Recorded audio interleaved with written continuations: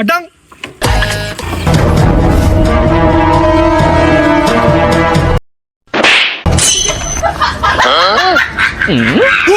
பட பொய் பயலுகளா. அடி பலமா இருக்கத பார்த்தா போலீஸா இருப்பாரோ. நீ வர போடா.